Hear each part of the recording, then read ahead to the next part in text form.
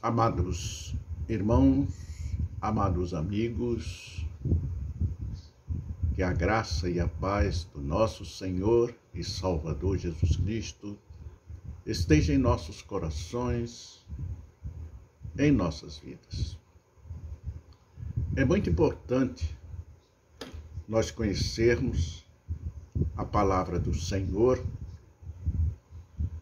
com fidelidade. Sim, porque existem dons que Ele nos dá indistintamente a quem Ele deseja dar. Agora, alguns dizem Deus dá a quem quer, concordo plenamente, mas a quem tem vida. Sem vida, uma pessoa custa mais no pecado, que peca de todas as maneiras, e torna-se difícil, porque não há controle para ele. Não há discernimento. E o discernimento é um dos dons que poucos desenvolvem. Muitos poucos mesmo. Os maiores erros de algumas doutrinas cristãs, não posso dizer que não são, que aceitam determinadas coisas que biblicamente não é verdadeiro. Os dons são realmente concedidos a Deus, às pessoas que têm comunhão com Ele, comunhão com Deus. Observem que uma igreja tem 500 pessoas falando em línguas. Não é? Muitos até praticam em casa. Eu digo isso porque eu já testemunhei. Não é? Porque eu tenho um defeito. Quando eu desconfio de alguém, por isso ou por aquilo, eu vou atrás para saber se aquele meu pensamento é real. E geralmente, mais cedo ou mais tarde, eu descubro. Conversando com um moço que está sempre comigo, eu o considero como um irmão, e é um irmão na fé, eu disse para ele, muitos pensam que estão me ludibriando, me enganando, mas não estão. Eu é que me faço de besta. Até um tempo em que eu canso, aí desprezo, afasto aquela pessoa de mim ou me afasto dela. Não é? A questão do discernimento.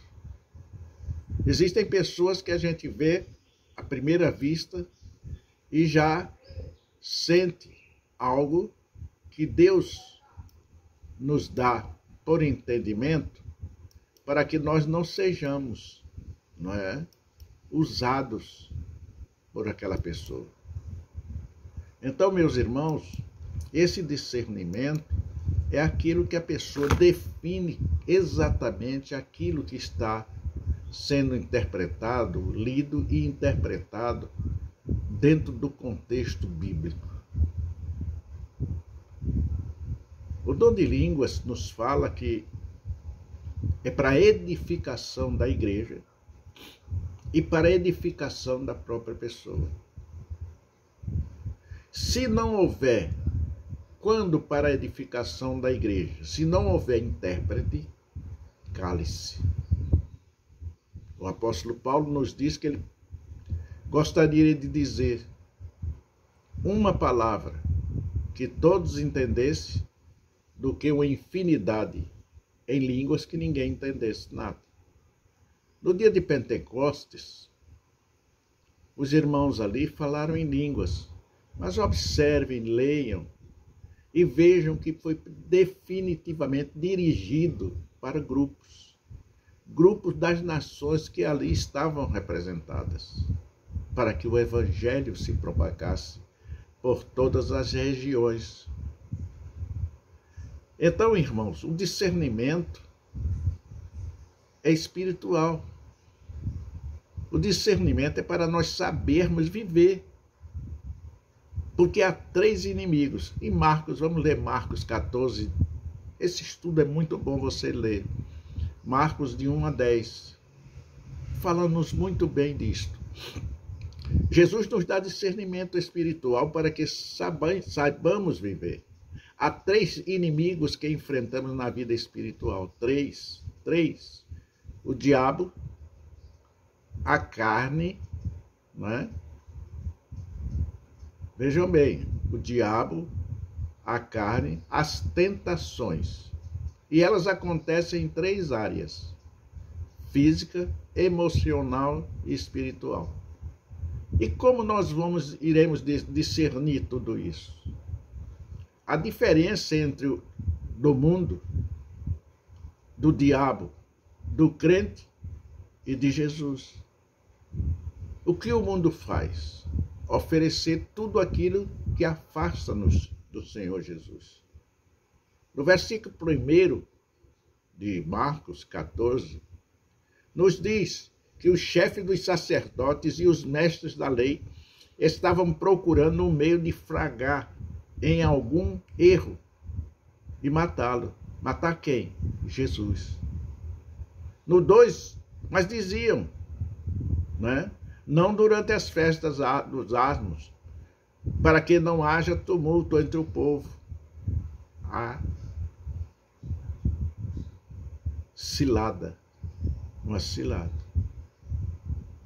Então o mundo arma armadilhas, enganos.